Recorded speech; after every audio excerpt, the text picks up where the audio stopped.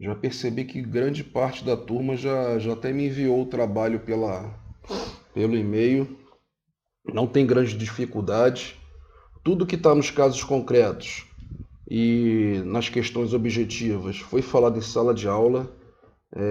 A única coisa que eu vou complementar hoje é as características da posse, que é posse direta, posse indireta, mas aquela parte de detenção e posse está no material de vocês, foi falado em sala de aula, tá bom? E quem tiver alguma dúvida, como eu sempre falo para vocês, é só me chamar no privado, me ligar, mandar mensagem, enfim, estou sempre disponível para vocês.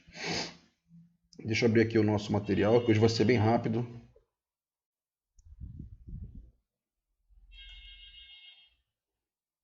Deixa eu compartilhar a tela com os senhores.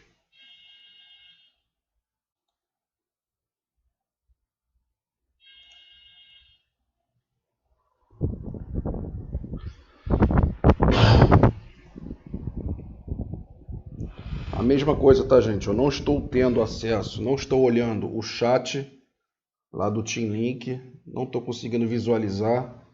Quem tiver com alguma dúvida,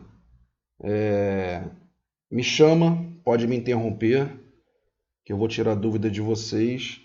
E se porventura você tiver com dúvida e não tiver o microfone para perguntar, coloca lá no chat e peça para algum aluno, algum colega de vocês me fazer a pergunta, tá ok? Não levem dúvidas para casa, tá, gente? Não levem dúvidas para casa. Alguém pode sinalizar que se está visualizando aqui minha tela do computador? A escrita no caderno?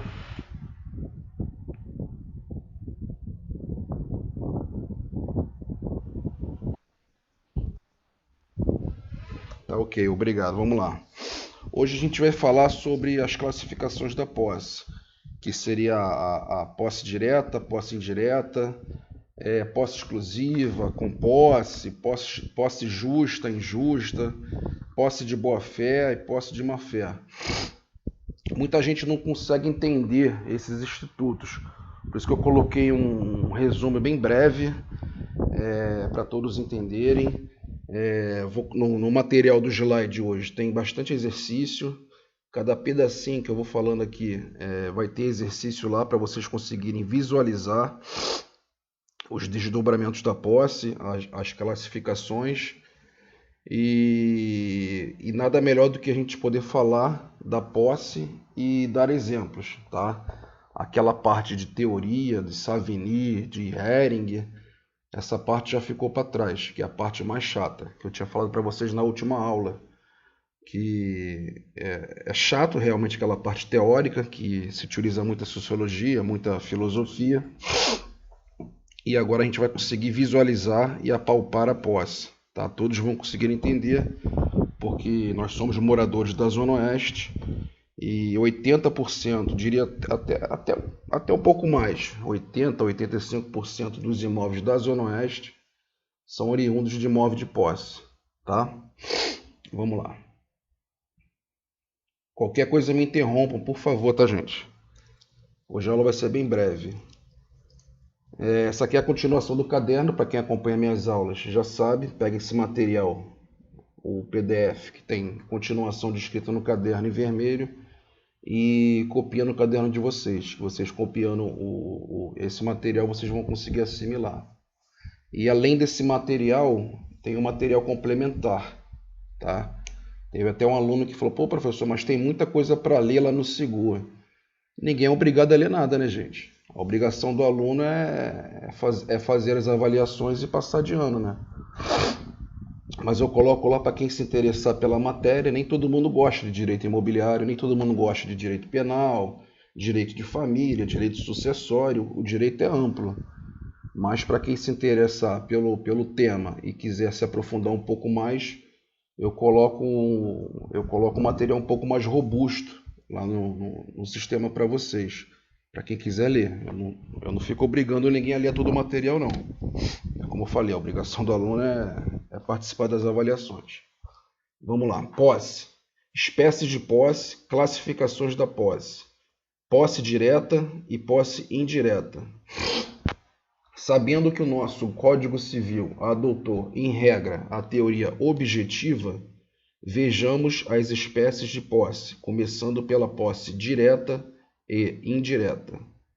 De fato, a posse pode ser desdobrada, surgindo a posse direta, daquele que está com o bem, como por exemplo, a posse do comodatário, do locatário, do arrendatário, etc. Essa espécie não gera uso capião. Por outro lado, existe a posse indireta, ou posse longa manus. É uma posse exercida de longe, ainda que seja assim à distância. É possível manter o poder sobre a coisa e, portanto, ser possuidor, invocando, se necessário, a proteção possessória. É o caso do locador, que vê a posse do imóvel locado ser esbulhado em razão de invasão. A ele se defere a proteção possessória, ainda que o possuidor direto não tome as providências para defender a posse direta. O que é posse direta e posse indireta? Naquela teoria que nós falamos na semana retrasada. Semana passada não teve aula por causa do feriado. A teoria de Savigny, a teoria subjetiva, ele apontava o quê? Para ser possuidor, deveria ter corpos e ânimos. A pessoa tinha que ter o poder físico sobre a coisa e ter a vontade de ser dono. Tá? Por isso que eu falei para vocês que essa teoria subjetiva ela é muito pouco utilizada pelo direito brasileiro. Ela é mais utilizada no caso de uso capião, que a pessoa tem que ter, teoricamente, o poder físico e a vontade de ser dono, que é o animus domini. Tá? Então, claramente, a posse, quando ela é desdobrada aqui no ordenamento brasileiro, em posse direta e posse indireta, ela diz respeito à teoria objetiva de Hering. Tá? Por quê? Porque ele consegue que a pessoa, quem está na posse desse imóvel, vamos dar um exemplo do locatário. O locatário alugou um imóvel e o locador, ele é a figura que alugou o seu imóvel. Ele é possuidor, ele vai desdobrar a posse que ele tem sobre o imóvel, ele continua sendo possuidor, só que ele é o possuidor indireto, tá? E o locatário é o possuidor direto, porque ele está em contato físico com a coisa. Ambos têm proteção possessória, tá? O locatário, se ele se sentir esbulhado, turbado, ameaçado na sua posse, ele pode se valer nas processões possessórias. E o locador também, mesmo na posse indireta, ele pode se valer das proteções possessórias. E um pode se valer da proteção possessória do outro. Vamos manter esse exemplo do locatário. Tanto o locatário, ele pode se proteger do locador, quanto o locador pode se proteger do locatário. Vamos imaginar um locatário que ele está devendo o aluguel dele lá de 3 a 6 meses. O locador ele vai lá no imóvel e simplesmente ele pega as coisas do locatário e coloca na rua. Locatário é inquilino, tá, gente? Muita gente chama de inquilino, mas juridicamente se fala locatário. Tá? Então esse locador, que é o proprietário do imóvel, ele não pode chegar lá no imóvel e, mesmo com o locatário inadimplente, se valer da força, colocar o locatário para fora. O locatário ele vai se proteger através de uma ação possessória, não é dessa forma. Se o locador quiser esbulhar, se ele quiser tirar o inquilino de lá, ele vai ter que entrar com uma ação de despejo, que é a ação possível para contratos de locação. E não só o locatário que fica nessa posse direta, tem o comodatário, o arrendatário. Tá? A posse direta, resumindo para vocês, essa figura do possuidor direto, é quem tem um contato físico com o bem, por isso que o nome se chama direto, ele está na posse imediata. Tá? E quem está na posse indireta ou posse mediata é quem desdobra a sua posse em favor de terceiro. Tá? Ela fica essa possibilidade, como eu falei para vocês, ela saiu da teoria de Hering, tá? Porque Savigny impossível aplicar a teoria de Savigny nesse tipo de desdobramento, tá ok? Lá no slide a gente vai passar alguns exercícios que a gente vai conseguir visualizar esse desdobramento da posse, tá? Essa aqui é a parte mais fácil das classificações da posse, que é esse desdobramento da posse, direta e indireta. Tá ok, gente? Qualquer dúvida vai me interrompendo, vai perguntando, tá? Vamos lá. Posse justa e posse injusta. Quanto à forma de aquisição, a posse pode ser justa ou injusta. A posse justa, Código Civil, artigo 1200, é aquela que não está maculada, ou seja, que não é violenta, clandestina ou precária. Deixa eu ler esse artigo 1200 para vocês. É justa a posse que não for violenta, clandestina ou precária. Tá? Violenta, clandestina ou precária. Quando ela for violenta, clandestina ou precária, ela é considerada posse injusta, tá? Para efeitos de uso capião, para efeitos de ações possessórias, de proteção da posse. Quem tiver a classificação de posse justa, ela é sempre melhor, é quem vence o processo na realidade, né? Ela vence daquele possuidor injusto. Vou fazer uma analogia desses três tipos de consequências, da violenta, da clandestina ou precária. A posse violenta, ela pode se comparar com roubo, com Código Penal. Tá? A violenta, ela pode se comparar em analogia com roubo. A clandestina, ela pode se comparar como se fosse um furto. E a precária como se fosse apropriação indébita. A violenta é aquela que o possuidor, o posseiro, no caso, né?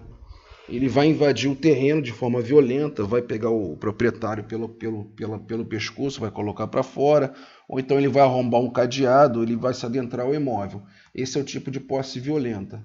A clandestina é aquela que a pessoa se furta, ela se usa de uma clandestinidade, como é que se diz? Fortuita.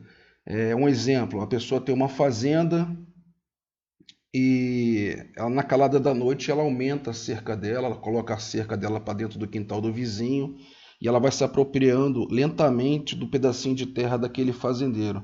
Eu acho que teve até uma menina aqui da nossa turma, não sei se foi dessa turma ou à noite, que deu um exemplo sobre isso, aquela pessoa comprou um terreno e o vizinho do lado aumentou o muro para dentro desse terreno, diminuindo o terreno dela. Então a posse dele é injusta pela forma clandestina, tá? É como se fosse um furto, né? Sem ninguém ver, tá? E a posse precária ela é sempre oriundo de alguma transação, de algum acordo, de algum contrato. No exemplo, locador. O locador aluga o imóvel e o possuidor, o locatário, o possuidor direto, ele deixa de pagar o aluguel e ele começa a se passar como se fosse o dono. Ele acha que ele é o proprietário do imóvel, mas ele está na posse precária, tá? Porque ele não está cumprindo com as obrigações contratuais, que a início de conversa foi um contrato de locação ou um comodato, alguém prestou um imóvel para outra pessoa e findou esse contrato de comodato e o comodatário simplesmente não entregou o imóvel. Ele até então, ele estando dentro do prazo do contrato de comodato, ele estava com a posse direta dele, a posse justa. Tá? Findou o contrato, encerrou o contrato dele, ele não entregou as chaves ao proprietário, a posse justa que ele tinha através desse contrato de comodato, ela se transformou em posse precária, tá? De forma injusta. Tá? Vamos lá, vamos continuar aqui a leitura. A posse injusta é, assim, a posse violenta, clandestina ou precária. Mister Ser faz verificar que a posse é qualificada como injusta em relação a determinada pessoa, ou seja, o possuidor que perdeu a posse em razão da violência, da clandestinidade ou da precariedade. Todavia, é justa contra terceiros. Para proteção possessória, basta que a posse seja justa em face do adversário. Seja como for, vejamos as hipóteses tratadas no Código Civil quanto às máculas que inquinam ao posse. Esse possuidor injusto, essa pessoa que está lá injustamente, que ele entrou lá de forma clandestina, de forma precária, de forma violenta, ele está dessa forma injusta contra o possuidor do imóvel, contra o proprietário ou possuidor do imóvel, tá? Mas contra terceiro, ele pode se valer das proteções possessórias, tá? Eu invadi o terreno da Maria de forma violenta. A minha posse, ela é uma posse injusta, tá? Eu não tenho proteção possessória contra a Maria, mas se João quiser invadir o imóvel, ou seja, fazer o esbulho em cima do esbulho, eu posso me valer das proteções possessórias, tá? Contra terceiros, eu posso me valer sim de proteção possessória, tá? Agora, contra o possuidor, que seria a Maria, a pessoa pela qual eu esbulhei, não, eu não tenho proteção possessória nenhuma contra ela, até porque minha posse é injusta, tá? Vamos lá, seja como for, vejamos as hipóteses tratadas no Código Civil quanto às máculas que inquinam a posse. Letra A. Posse violenta. A violência inquina a posse, como ocorre, por exemplo, com o esbulho possessório com emprego de força. Enquanto ocorre violência, não a posse. Cessada a violência, a posse é injusta perante o possuidor esbulhado, porém é posse mais posse justa em face de terceiros. É aquilo que eu acabei de falar, tá? Contra a pessoa esbulhada, eu tenho a posse injusta. Agora, contra terceiros, a minha posse é considerada justa. Eu posso me valer das ações possessórias, tá? Letra B, posse clandestina.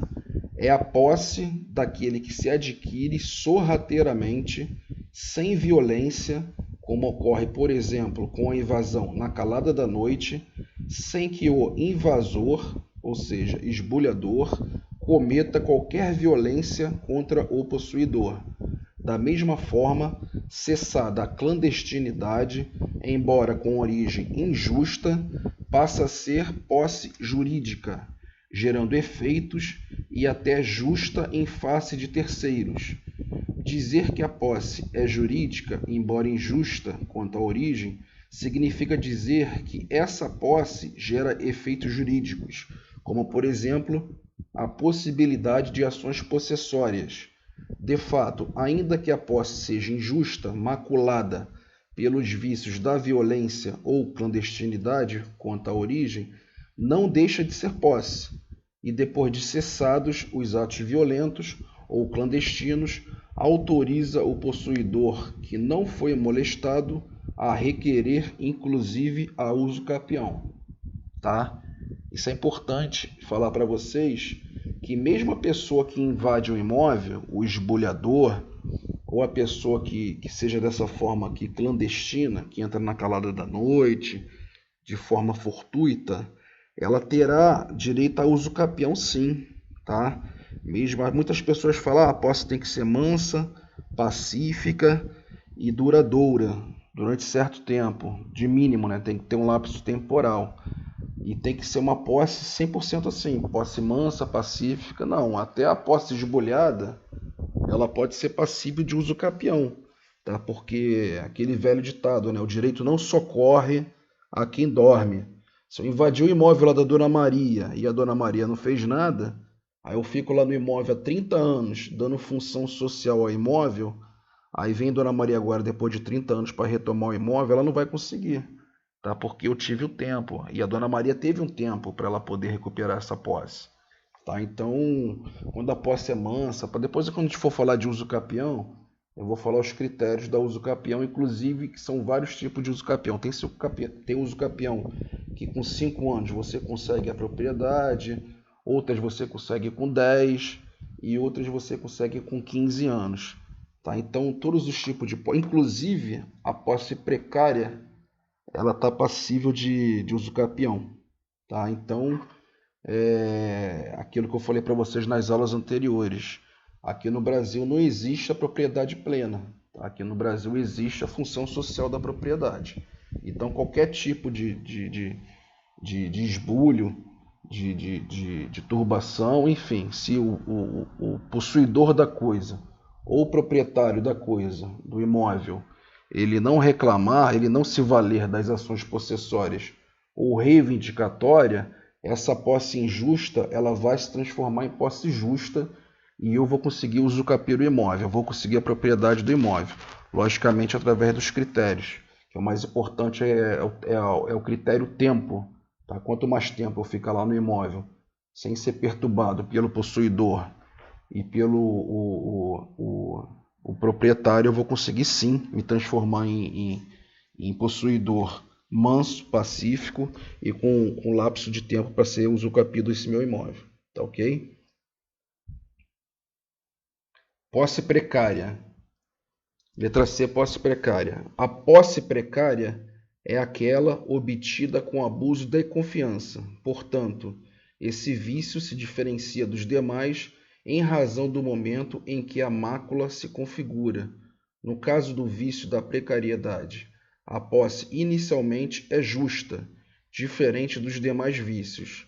O que é isso? Por que ela inicialmente ela é justa?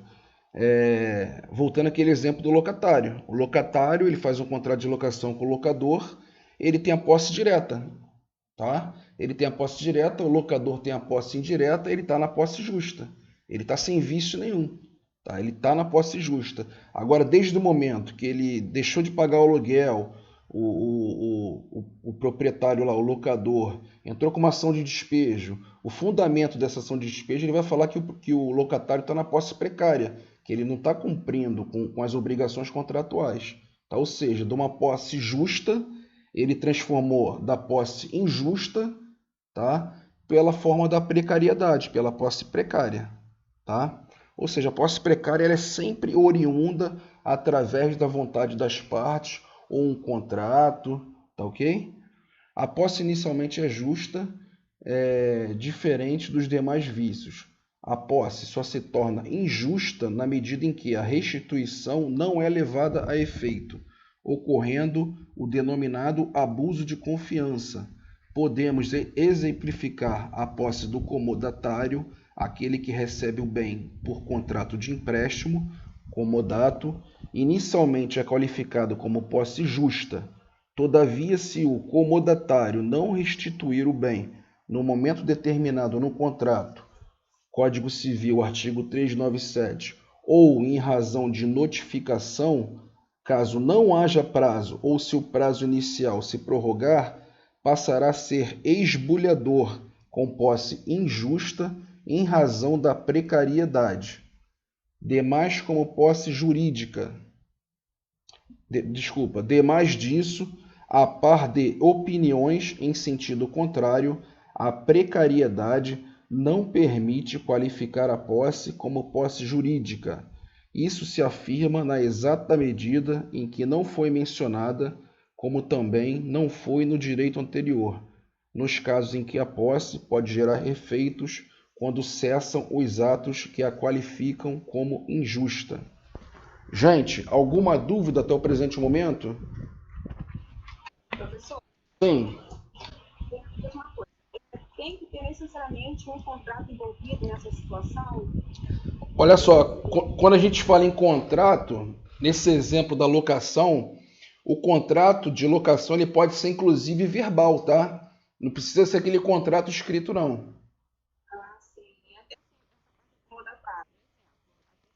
Sim, em igreja, né? Tem uma Uhum. juntos, aí recebendo, está numa necessidade, e pode ser uma situação como essa. Sim, pode ser um contrato verbal.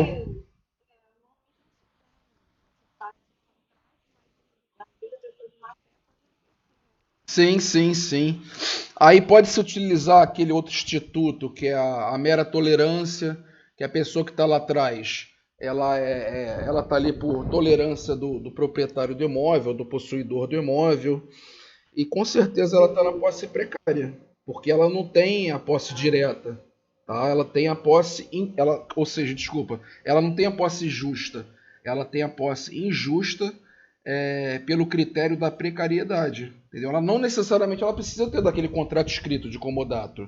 O contrato verbal já basta. Como é que esse proprietário vai provar isso judicialmente? através de testemunhas.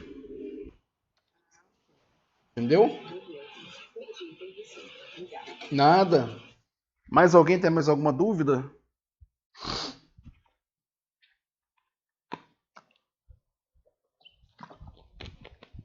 Vamos prosseguir então.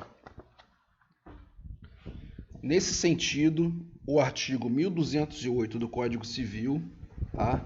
Artigo 1208, não induz em posse os atos de mera permissão ou tolerância, assim como não autorizam a sua aquisição os atos violentos ou os clandestinos, depois de cessar a violência ou a clandestinidade. Mais ou menos isso que a nossa colega deu exemplo aqui, da menina da igreja que está morando no imóvel dos fundos da igreja. A igreja tolerou, permitiu que a pessoa morasse lá atrás.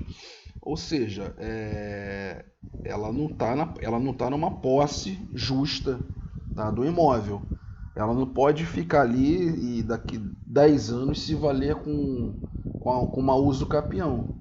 Tá? Ela não pode entrar ali e falar que ela pode entrar com uma ação possessória contra o proprietário da igreja. Ela está na precariedade. Tá? Agora, o que diz esse artigo aqui? Vou repetir ele para vocês. Não induz em posse os atos de mera permissão ou tolerância. Assim, quem é esse pessoal aqui? Mera permissão ou tolerância? O detentor. Tá? Ele não é nem possuidor, ele é detentor. Assim como não autorizam a sua aquisição os atos violentos ou clandestinos. Agora esse final desse artigo. Senão, depois de cessar a violência ou a clandestinidade. Muito importante esse finalzinho aqui. Senão, depois de cessar a violência ou clandestinidade. Aqui não fala em precariedade. A gente vai falar um pouco mais lá na frente sobre a precariedade. Que muitos doutrinadores falam que o imóvel, quando esse possuidor entre aspas, quando ele está de forma precária e injusta, ele não consegue usucapiar esse imóvel. Mas eu vou mostrar para vocês que consegue sim. Agora esse finalzinho, senão depois de cessar a violência ou clandestinidade. Aquilo que eu falei para vocês. Não existe propriedade plena. Se eu fui esbulhado do meu imóvel, tá? A pessoa me colocou para fora do imóvel, ou então eu fui passar um final de semana na minha casa de praia. Quando eu retornei, o cara invadiu o meu imóvel, ele arrombou o cadeado. Isso é esbulho, é forma violenta. Ou então ele entrou de forma clandestina. Ele aumentou o terreno, ou deixou o portão aberto, ele entrou, deixou o imóvel um pouco descuidado. Desde o momento que eu descobri que eu perdi a minha posse de forma clandestina ou violenta e eu não tomei nenhum tipo de atitude, a partir daquele momento que eu estou sabendo que eu perdi o meu imóvel, que eu fui esbulhado e não tomei nenhum tipo de atitude, dali vai começar a correr o tempo. Tá? Vai começar a correr o tempo para ele se valer da usucapião. Tá? Eu fiquei sabendo que invadiu meu imóvel, eu não tomei nenhum tipo de atitude. Passaram-se 20 anos. Aí eu lembrei daquele meu imóvel, que eu fui esbulhado. Eu vou falar, agora eu vou entrar com uma ação para recuperar esse meu imóvel. Não tem como. O artigo é bem claro. Então, essa forma injusta, ela se transformou em justa. Tá ok? Professor, Sim. Sim. é o seguinte, no caso a pessoa vende, é ilícita essa venda e pode ser cancelada. Venda de quem? Da pessoa que invadiu ou do proprietário anterior? Após violenta. Isso. A pessoa Mas quem vendeu? O esbulhador? isso eu acredito que o esbulhador sim. Tá, olha só. É ilícita essa venda e pode ser cancelada judicialmente. Depende. Se Delícia praticamente. vamos lá. A gente vai falar sobre isso, mas eu vou adiantar. Flaviano invadiu. De quem foi a pergunta?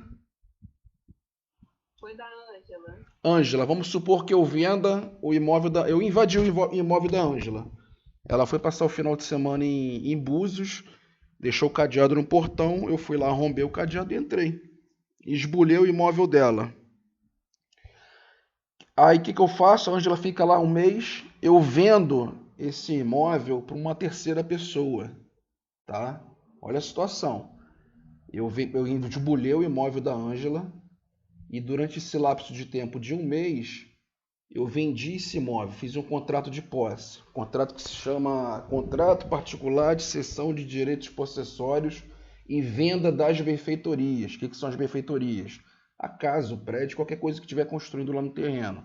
Tá, vendi por uma terceira de boa fé. A pessoa não sabia que aquele imóvel é esbulhado. Tá, ela passou na porta, viu uma placa de venda, entrou, comprou. Tá? Então ela comprou com boa fé.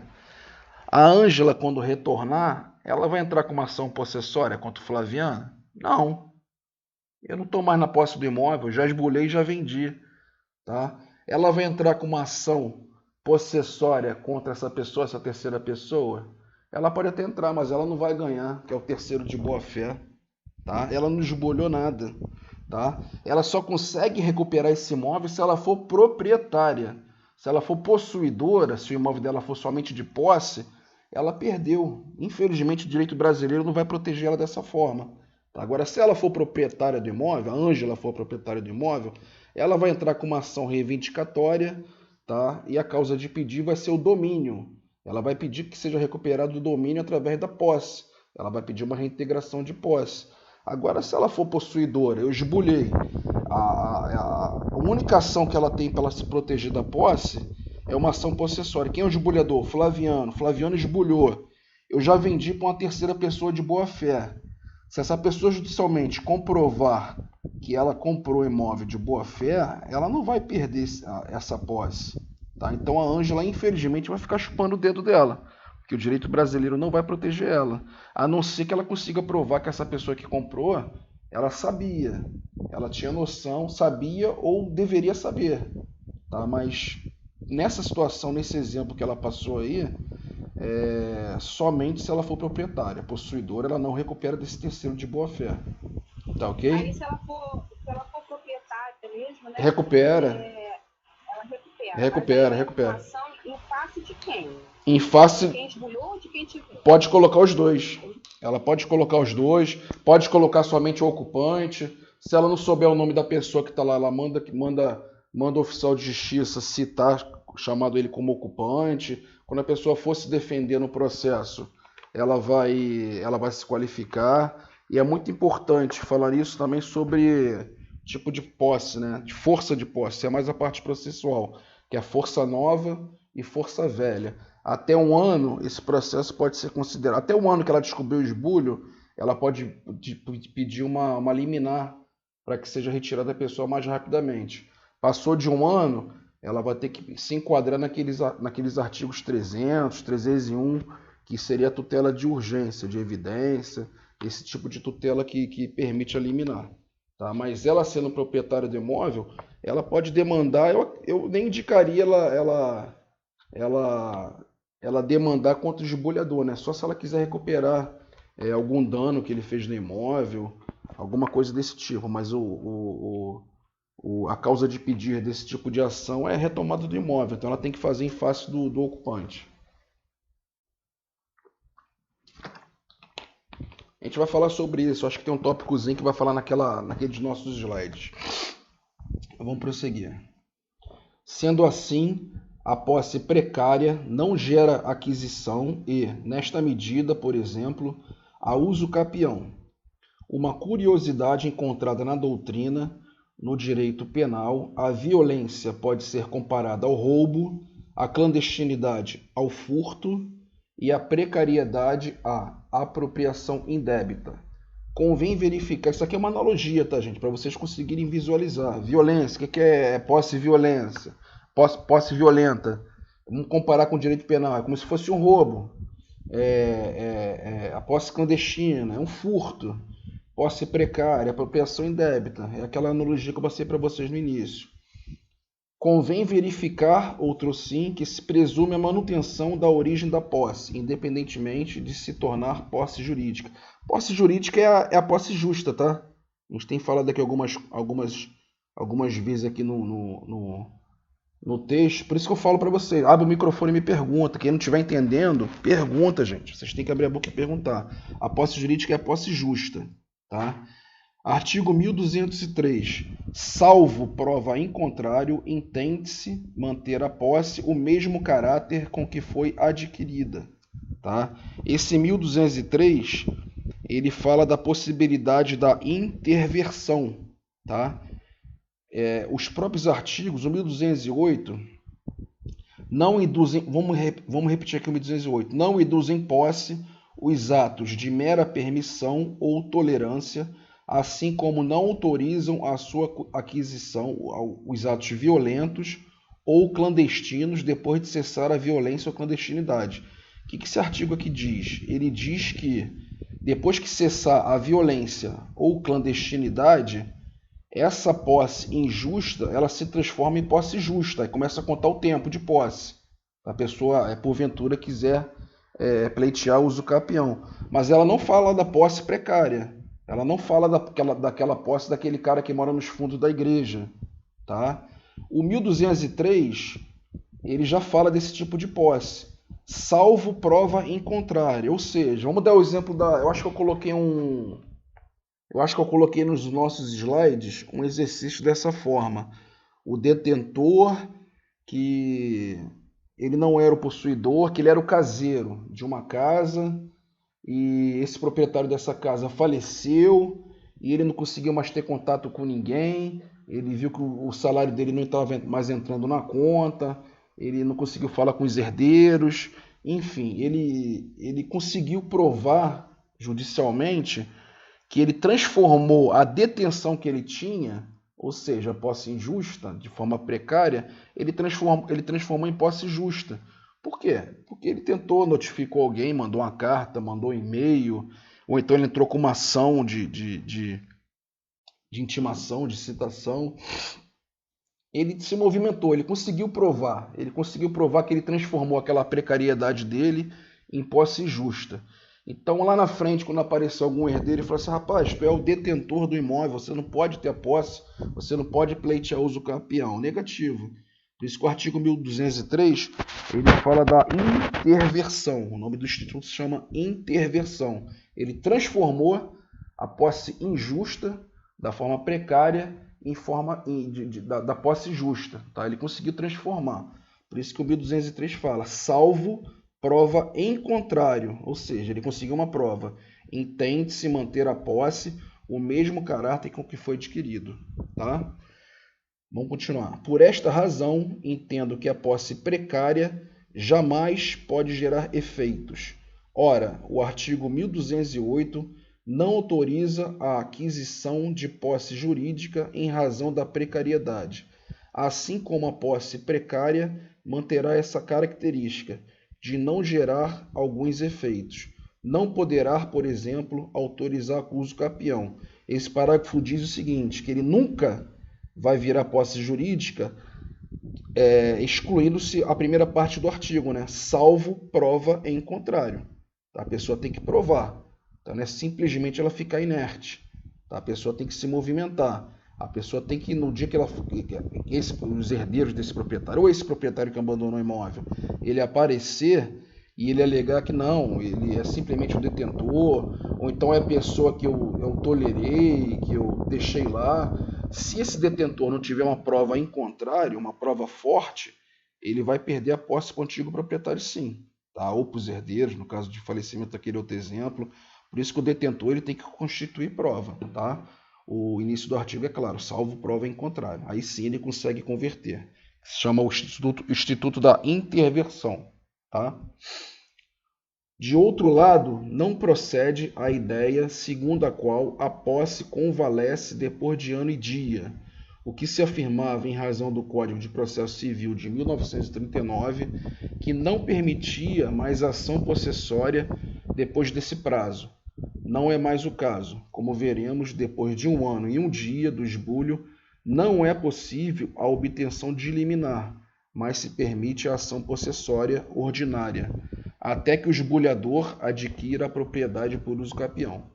Por fim, é mister verificar que o artigo 1200 do Código Civil não esgota as hipóteses de posse injusta, com efeito para exemplificar aquele que ingressa pacificamente na posse de um imóvel de outrem, sem se esconder, não usa violência ou a clandestinidade para aquisição.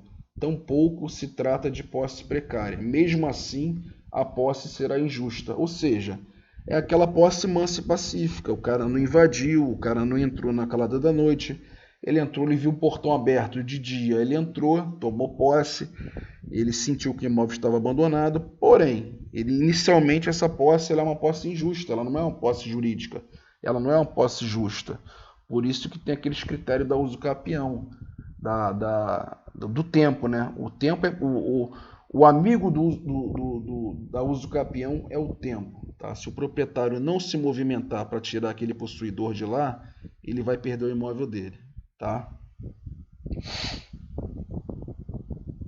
Posse de boa-fé e posse de má-fé, benfeitorias e posse-trabalho. A posse também pode ser qualificada em posse de boa-fé e posse de má-fé. A posse de boa-fé, Código Civil, artigo 1201, é a posse daquele que ignora a injustiça da posse durante todo o prazo que exerce. Artigo 1202. Deixa eu ler esses artigos para vocês.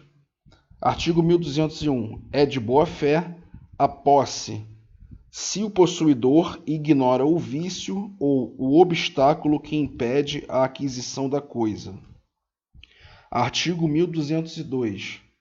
A posse de boa-fé só perde esse caráter no caso e desde o momento em que as circunstâncias façam presumir que o possuidor não ignora que possui indevidamente. Por outro lado, a posse de má-fé é a posse daquele que não ignora a injustiça da posse. O fato de a posse ser de má-fé não impede que o possuidor, e vejam que é considerado como tal, proponha as ações possessórias em face de terceiros. A classificação da posse como de boa-fé é importante para as benfeitorias, para a posse-trabalho e para usucapião, mas não para as ações possessórias.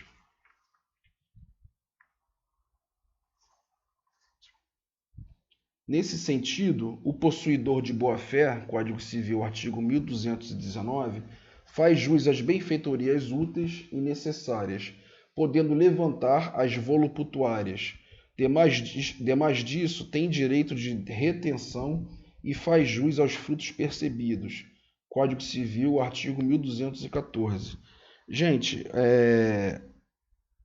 a posse, os efeitos da posse de boa-fé e má-fé é só para os efeitos relacionados a frutos, benfeitorias úteis e necessárias, retenção, se tiver algum dano, se vai indenizar o dono ou não. É para isso que existe. Ela não serve para você, para critério de usucapião. Não importa para essa pessoa que for entrar com uma ação de usucapião se ela está de boa fé ou má fé. Tá? Não importa. Falando-se em usucapião. Não importa se eu estou de má fé ou de boa fé. Ela vai importar no final do processo, no caso, se eu perder, tá? Vamos supor que lá no final o juiz ele decida indeferir meu pedido de usucapião e que essa posse seja reintegrada ao proprietário ou possuidor anterior, tá? Porque esse possuidor anterior ele conseguiu comprovar que a minha posse é injusta. O critério que eles levam em consideração se eu vou poder usucapiar esse imóvel ou não, é o critério se ela é justa ou injusta, tá? Agora, lá no final do processo, eu perdi o processo, estou lá nesse imóvel há 10 anos, construí uma casa no terreno, fiz uma piscina, enfim, fiz benfeitorias ao imóvel. Ou então tinha uma casa lá que eu quebrei essa casa que era do antigo proprietário e construí uma casa nova.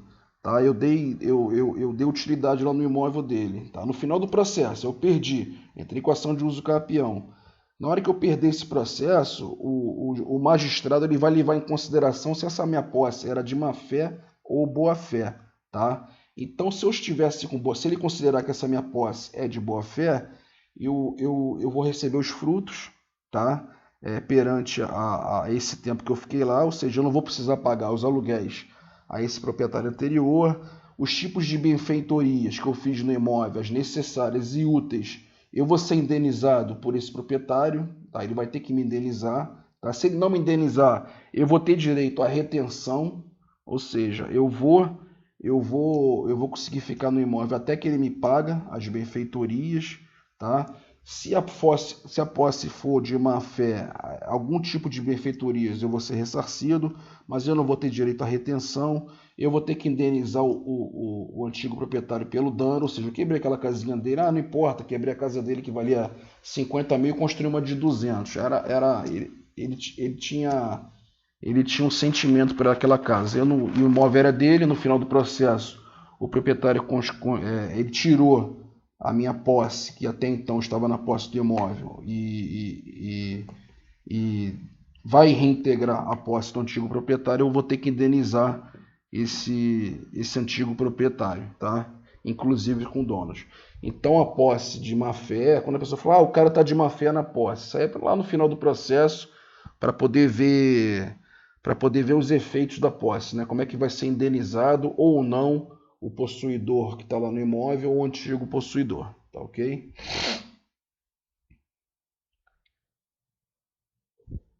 Por sua vez, o possuidor de má fé, deixa eu ler os artigos 1219 e 1214.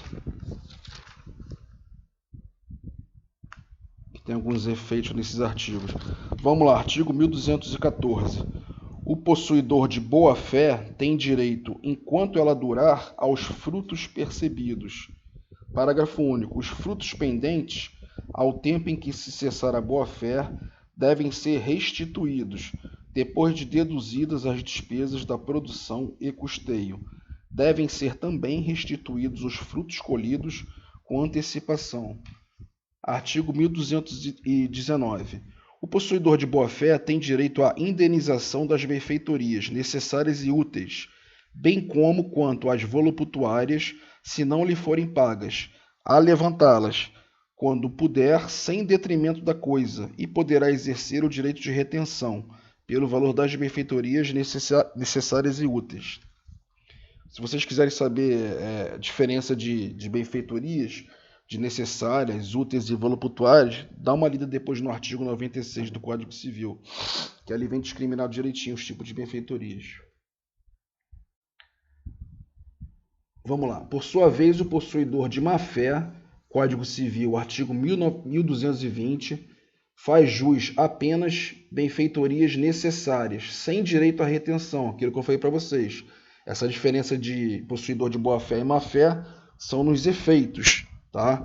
O possuidor de má-fé ele já não tem direito à retenção das benfeitorias úteis e nem que ele possa tirar as voluputuárias, tá? E nem tem direito à retenção. Por sua vez, o possuidor de má-fé, Código Civil, artigo 1220, faz jus apenas de benfeitorias necessárias, sem direito de retenção.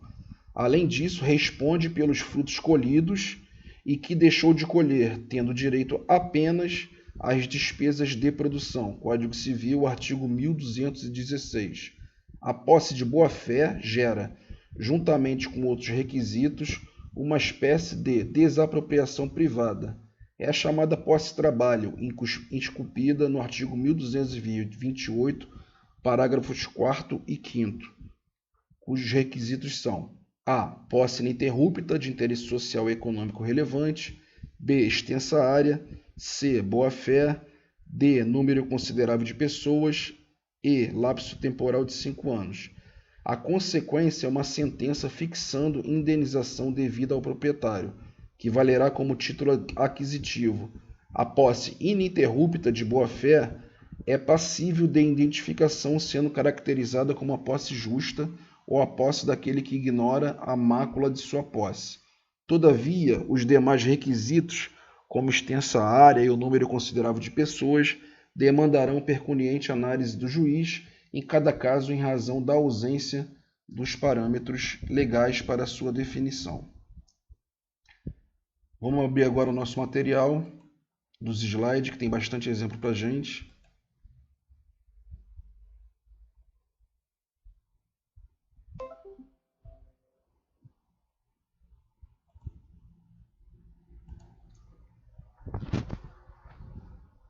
Tá todo mundo comigo? Então, mais alguma dúvida aí no chat? Não tem nenhuma dúvida no chat não, professor. Vamos prosseguir então. Já estão vendo o slide? Já apareceu para vocês ou está lenta a conexão? Aqui para mim tá ok. Tá ótimo. Vamos lá. Principais classificações da posse e suas consequências para os negócios imobiliários. Agora vai ser o resumo de tudo que a gente falou, né? Esse resumo hoje vai ser bem extenso, que hoje os nossos slides estão com quase 30, tá? Mas a gente tem exercício, tem caso concreto. Caso concreto é causuística. Hoje não tem caso concreto, tá, gente? A gente parou naqueles dois e o que vai gerar os nossos 10 pontos vai ser aqueles dois casos concretos, valendo 2,5 pontos cada um, e aquele questionário que eu passei para vocês, com 5 questões objetivas. Tá? Um questionário muito simples, muito fácil. Vocês perceberam ali que são questões de concurso público de alto grau, que é para juiz estadual, tem para notarial, tem para promotor de justiça, para vocês verem que, para quem fala, nunca vou conseguir passar no concurso público, eu não vou passar na prova da OAB, negativo. É tudo muito simples. É só a pessoa sentar, estudar, ter paciência que ela consegue passar sim. Inclusive a prova da OAB, que é uma prova bem simples. Muita gente bota terror nos alunos aí, fala que tem que estudar igual um maluco, que tem que se preparar muito. Logicamente o aluno tem que estudar. Mas o aluno que ele leva a faculdade do início até o final, assistindo todas as aulas, se interessando, questionando, estudando uma doutrina, ou então somente lendo as leis, a lei seca, ela faz a prova da OAB tranquilamente. Vamos lá. Principais classificações da posse. Nos termos da melhor doutrina, a classificação tem como objeto identificar e individualizar o instituto para melhor entender seus efeitos jurídicos. Sendo assim, são as seguintes classificações. Classificação quanto ao elemento pessoa-coisa. Posse direta ou imediata é aquela exercida por quem detém o exercício físico sobre a coisa. Exemplo, locatário por concessão do locador. Espero que tenha ficado bem claro, né, gente? Essa diferença entre posse direta e posse indireta, que é o desdobramento da posse. Tá? Vou repetir para vocês. Posse direta ou imediata é aquela exercida por quem detém o exercício físico sobre a coisa. Exemplo, locatário por concessão do locador. B. Posse indireta ou mediata, também denominada bifurcação ou concorrência ou sobreposição de posses. Ocorre quando duas ou mais pessoas têm posse sobre o mesmo bem, mas em graus diferentes, ficando uma delas privada do uso imediato da coisa. Exemplo, comodante, que é o sujeito ativo lá do comodato, e o locador. Tá? Se duas ou mais pessoas exercem posse sobre o mesmo bem e no mesmo grau, haverá composse. Exemplo, os vários herdeiros antes da partilha do acervo. A composse é diferente da posse direta com a posse indireta. Tá?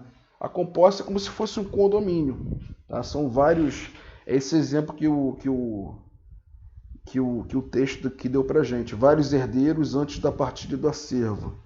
João faleceu, ele era proprietário único do imóvel, ele faleceu e deixou 3 herdeiros. Enquanto que não tiver a partilha, enquanto que não sair a sentença lá do formal de partilha, e consequentemente levando esse formal de partilha lá no registro de imóveis, esse imóvel ele vai ficar em condomínio. Vocês vão aprender isso em Civil 6, que o condomínio é quando tem 2 ou mais proprietários. Então esses 3 herdeiros, por enquanto, eles têm somente a composse, que são 2 ou mais pessoas com direito de posse sobre a mesma coisa. Tá? Então, enquanto terminar esse inventário, eles vão ficar ali na composse. Depois que terminar o inventário, leva o formal de partilha lá no cartório de registro de imóveis. Eles vão se tornar proprietários. Tá? Os 3 herdeiros vão ser proprietários em forma de condomínio e também vão ter a composse. Tá? Os 3 vão ter a posse do imóvel e a propriedade do imóvel. Tá? Conforme o artigo 1197, bem como o enunciado 76 do STJ, a principal característica da posse direta é a sua temporariedade. Importa anotar ainda que tanto o possuidor direto quanto o indireto têm posse. Logo, ambos têm legitimidade para propor ação possessória em face de terceiro intruso. Ademais, o possuidor direto também tem ação possessória em face do indireto. É aquele exemplo lá que eu falei do locatário, quando apareceu o locador querendo colocar ele para fora. Ele tem direito a uma ação possessória contra o possuidor indireto, nesse exemplo, o locador. Assim como o indireto tem ação possessória em face do direto. Neste caso, quando a posse deste último torna-se precária, tá? É o exemplo que eu falei para vocês. Se eu sou locador com contrato de locação, o locatário deixa de pagar, eu não sei se vocês já viram alguma vez uma ação de despejo. O que o advogado ele pede na ação de despejo em favor do locador? Que seja cancelado imediatamente o contrato de locação devido ao inadimplemento do locatário ou quebra de alguma cláusula contratual, tá? E consequentemente o despejo. Ou seja, retira-se a posse direta que tem daquele locatário e transforma essa posse em precária. Tá? Ele vai se transformar na posse injusta pela forma precária. Tá? Esse é o pedido do locador. Voltando aqui ao parágrafo. Ademais, o possuidor direto também tem ação possessória em face do indireto, assim como o indireto tem ação possessória em face do direto. Neste caso, quando a posse deste último torna-se precária. Melhores exemplos no caso de violação de usufruto e direito réu de habitação do cônjuge sobrevivente. Posse direta e indireta, desdobramento da posse. Artigo 1197 do Código Civil. Por adotarmos a teoria objetiva de Hering e, portanto, ser a posse a exteriorização da propriedade, nos é possível conceber o desdobramento da posse entre duas pessoas, ou seja, há no ordenamento jurídico pátrio a compreensão de que é possível que sobre o mesmo bem incidam em paralelo dois poderes de ingerência sobre a coisa.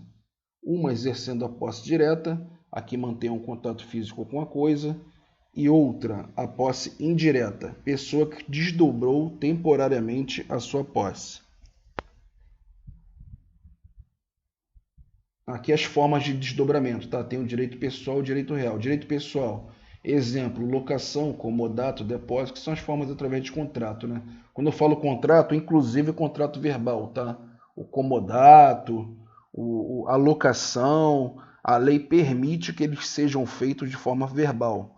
Tá? Acredito que os senhores já devem ter visto alguém que alugou um imóvel, tá? De forma verbal, pegou o dinheiro da pessoa, me dá o dinheiro que eu te dou a chave, alugou esse imóvel dessa forma, sem fazer contrato, sem nada.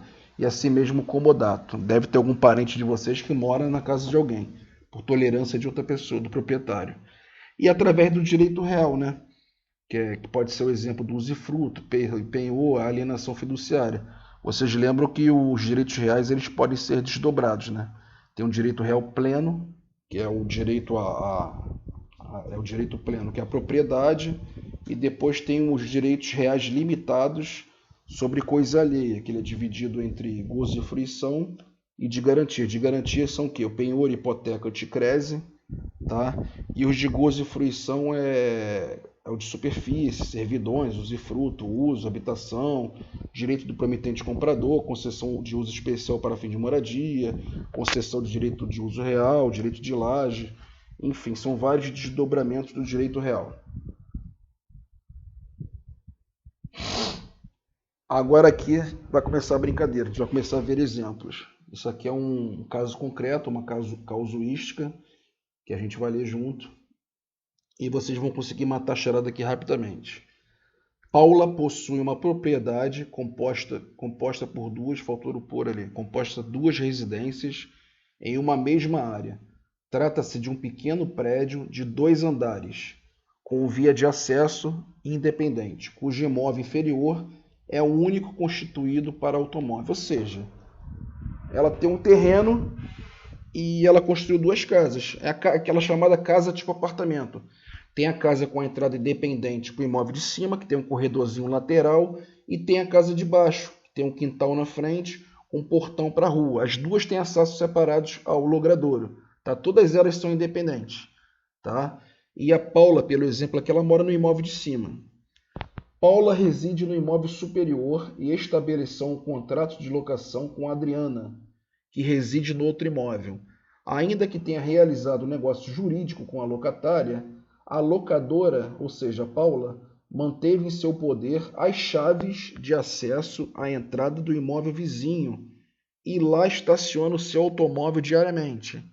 Vocês entenderam? A Paula alugou o imóvel para a Adriana. Paula mora em cima, que é a proprietária, que é a locadora. E alugou o imóvel para a Adriana, que é a locatária, imóvel de baixo. Só que a Paula continua com a chave do quintal lá da Adriana. Ela todo dia ela abre o portão lá do imóvel de baixo e coloca o carro dela lá embaixo. E elas não acordaram em nada dessa forma. Tá? Quem é que está com a posse do imóvel de baixo? Quem é a possuidora direto? A Adriana. Tá? A Paula é a possuidora indireta, porque ela desdobrou a posse dela.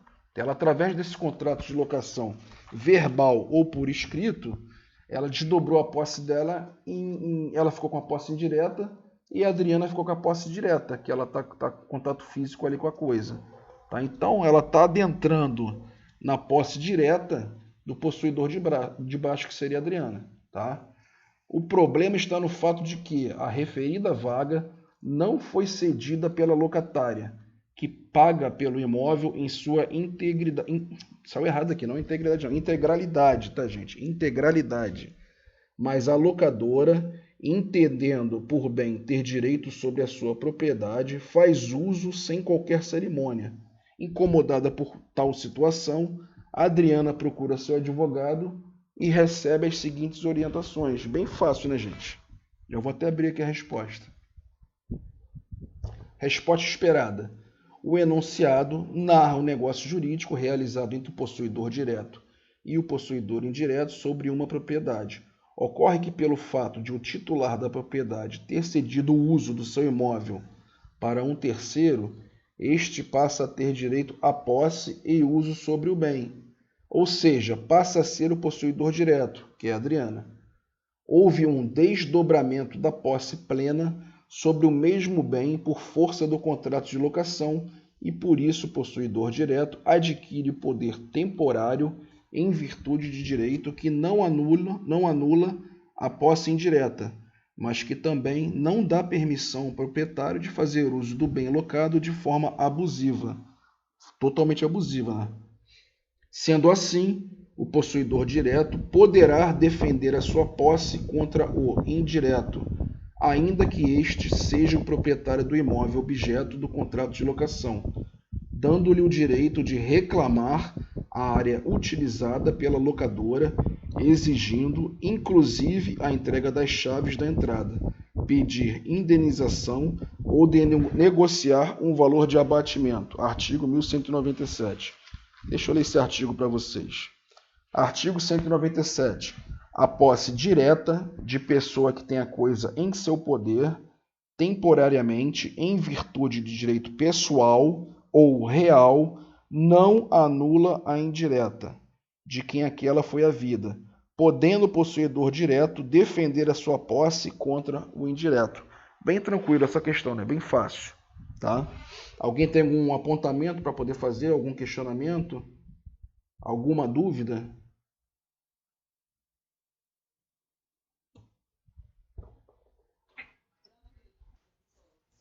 Beleza, vamos prosseguir então. Sim,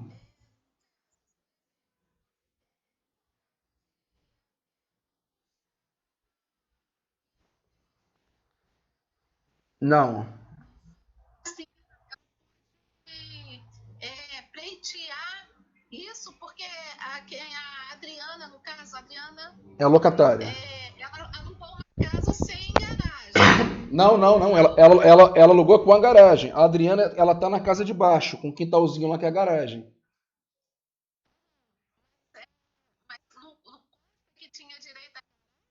Não, não precisa nesse constar. caso? Não precisa constar, porque quando ela alugou o imóvel, vou dar um exemplo do imóvel 101 e o imóvel 201. A Paula, que é a proprietária, deixa eu voltar aqui. É Paula. A Paula, que é proprietária, ela mora no imóvel de cima. Então a entrada dela é independente. Ela tem aquele corredorzinho lateral, que ela abre o portão dela, ela sobe no imóvel dela. Ela alugou o imóvel de baixo, que é a Paula, e ela alugou o imóvel com exclusividade de que forma? Com aquele quintal que tem lá na frente. Tá? Se o quintal tem a garagem ali, ela não estipulou em nada que ela poderia dividir aquele quintal com ela. Tá? Então ela alugou o 101. Tá aqui como exemplo. E a Paula alugou para a Adriana o imóvel 101, que contempla inclusive o quintal. Então ela passou a posse da benfeitoria, ou seja, da própria casa, para a Adriana, inclusive com o terreno. Ela não tem necessidade de ficar passando por dentro do quintal da Adriana, até porque as entradas são independentes. Agora, se ela tivesse feito um contrato de locação, vamos supor que esse quintal seja grande, e ela coloque no contrato de locação que ela tem direito a uma vaga de garagem no quintal da Adriana, aí sim, ela não tá fazendo turbação, não está fazendo esbulho nenhum. Mas elas não acordaram dessa forma. Tá? A Paula acordou com o Adriano o quê? A alocação do imóvel de baixo juntamente com o quintal. Ela não previu nada que ela ficaria entrando lá no quintal da Adriana. Então o quintal dela, a propriedade ela é inviolável, ela não pode ficar entrando na casa assim do vizinho, porque ela tem um contrato de locação, tanto verbal quanto escrito, ela tem a posse direta no imóvel, ela não pode ser molestada pelo possuidor indireto, entendeu? Agora esse teu questionamento é importante, se tivesse uma cláusula no contrato de locação prevendo essa situação, aí não seria esbulho nenhum. Tá? Ela não estaria esbulhando nada, não estaria perturbando nada. Ela deveria se defender judicialmente nesse exemplo aqui. A Paula deveria apresentar, não, excelência, eu não estou invadindo o imóvel de ninguém. Eu tenho uma cláusula contratual aqui no meu contrato de locação com a Adriana que prevê sim a minha entrada no imóvel para guardar o meu automóvel. Entendeu? Mas nesse caso aqui, nesse exercício, ela não menciona cláusula nenhuma. Tá? Respondida a sua pergunta? Sim, sim. Vamos lá então, vamos prosseguir. Posse exclusiva e com posse. Apesar de a posse presumir-se exclusiva, o direito civil pátrio admite a composse pro indiviso, que vem a ser a possibilidade do exercício dos direitos possessórios por duas ou mais pessoas sobre uma coisa indivisível, isto é, aquela que não se pode dividir sem que se destrua a própria substância da coisa, ou então que não se pode partir por força de lei ou da vontade das partes. Também pode ser prodiviso. Artigo 1199. Se duas ou mais pessoas possuírem coisa indivisa, poderá cada uma exercer sobre ela atos possessórios, contando que não excluam um dos outros compossuidores. É aquele exemplo que eu dei dos herdeiros, né? Se o seu João faleceu, deixou uma casa só, essa casa não pode ser dividida, então ela é considerada pró-indiviso.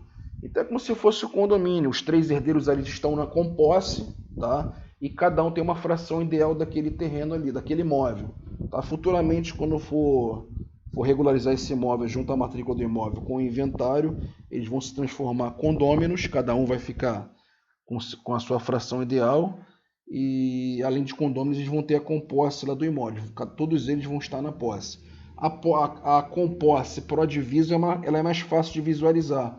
Imaginem se mesmo o seu João deixou 3 casas no mesmo terreno para 3 herdeiros. Ali seria uma composse da forma pró-diviso, seria bem mais fácil de resolver. Exercício. Em relação à posse exclusiva e com posse, aponte a afirmativa incorreta. Letra A. Na composse pró-indiviso, não se pode dividir a coisa sem que haja sua destruição ou por força de lei ou vontade das partes. Letra B. A composse pró-diviso ocorre quando os compossuidores estabelecem a divisão de fato sobre a coisa. Letra C. Diante de terceiros, os compossuidores pró-diviso não podem propor ação possessória para a defesa da coisa em sua totalidade. Letra D. A composse pró-indiviso ocorre quando todos exercem simultaneamente os poderes de fato sobre as coisas. Letra E, nenhuma das alternativas. Resposta à letra C. Artigo 1199. Se duas ou mais pessoas possuírem coisa indivisa, poderá cada um exercer sobre ela atos possessórios, contando que não excluam o dos outros compossuidores. Ou seja, a letra C é errada. Diante de terceiros, os compossuidores pró-diviso não podem propor ação possessória para a defesa da coisa em sua totalidade. Absurdo isso, né? As outras três questões estão certas. A letra A, a letra B e a letra D.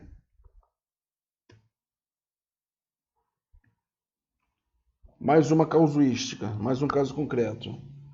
Pedro e Simone possuem uma residência adquirida conjuntamente durante o período em que conviveram juntos. Agora, em processo de dissolução da união estável, estão partilhando seus bens, incluindo este imóvel pertencente ao casal. Atualmente, ambos estão residindo, cada qual com seus respectivos pais. No entanto, Pedro pretende dispor o imóvel para locação, enquanto Simone tem intenções de vendê-lo. Este impasse leva o casal a procurar por um advogado para resolver seus direitos sobre o único imóvel sem que haja prejuízo para um ou para outro. Como advogado do casal, dê orientação. Conseguiram entender, né? Pedro e Simone estavam numa união estável, eles adquiriram o imóvel, tá? Separaram. Em vez de ficar um no imóvel e o outro voltar para a casa dos pais, os dois estão na casa dos pais deles, cada um na casa dos seus pais. O imóvel está vazio e o Pedro colocou o imóvel para... está querendo colocar o imóvel para locação. Tá? Como é que se resolve esse imbróglio? Resposta esperada.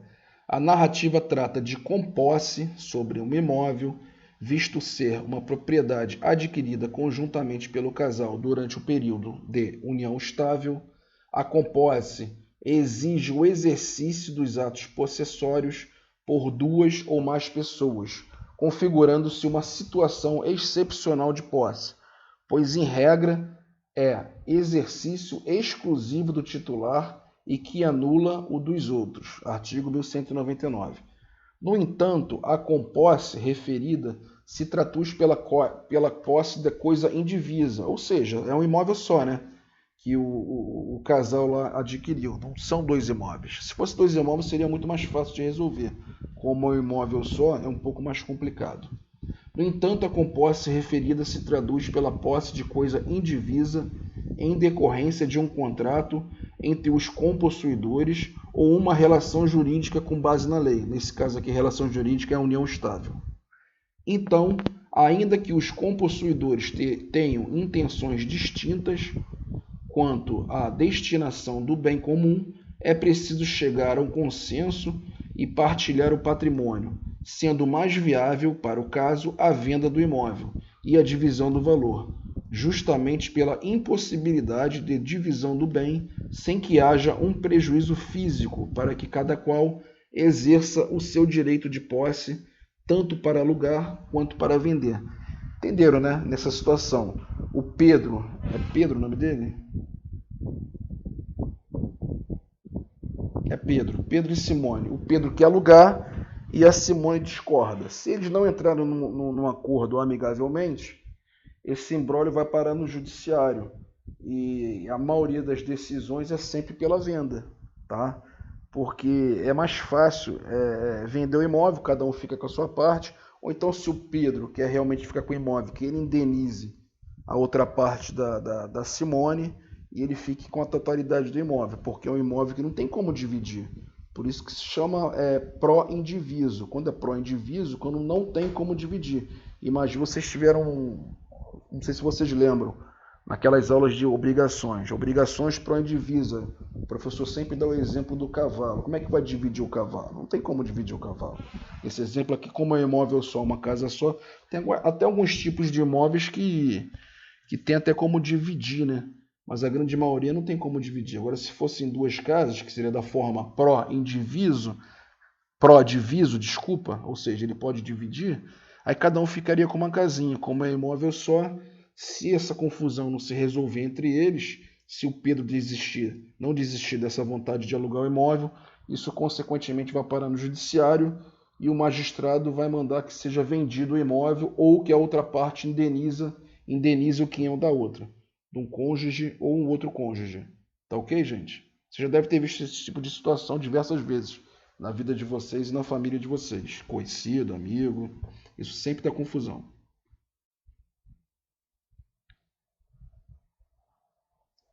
Vamos lá, mais um exercício.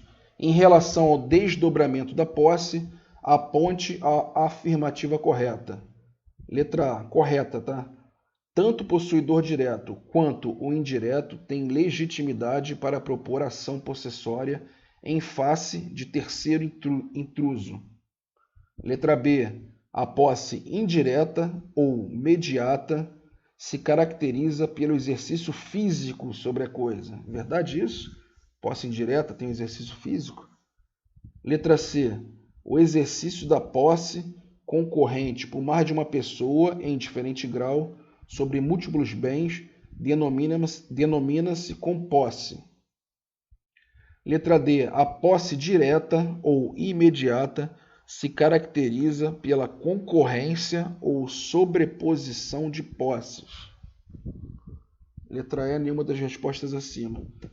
Vamos aqui ver a resposta. A resposta certa é a letra A, lógico.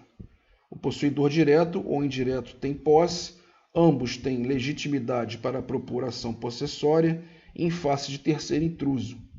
A posse direta de pessoa que tem a coisa em seu poder temporariamente, em virtude de direito pessoal ou real, não anula a indireta, de quem aquela foi a vida, podendo o possuidor direto defender a sua posse contra o indireto. Nós já falamos isso. Desculpa, gente. Vamos lá. Principais classificações da posse. Classificação quanto à presença de vícios. Artigo 1200 do Código Civil. Letra A. Posse justa. Artigo 1200 do Código Civil.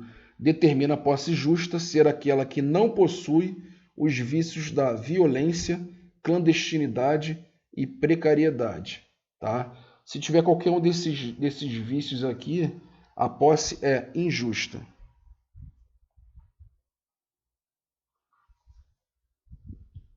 Letra B. Posse injusta.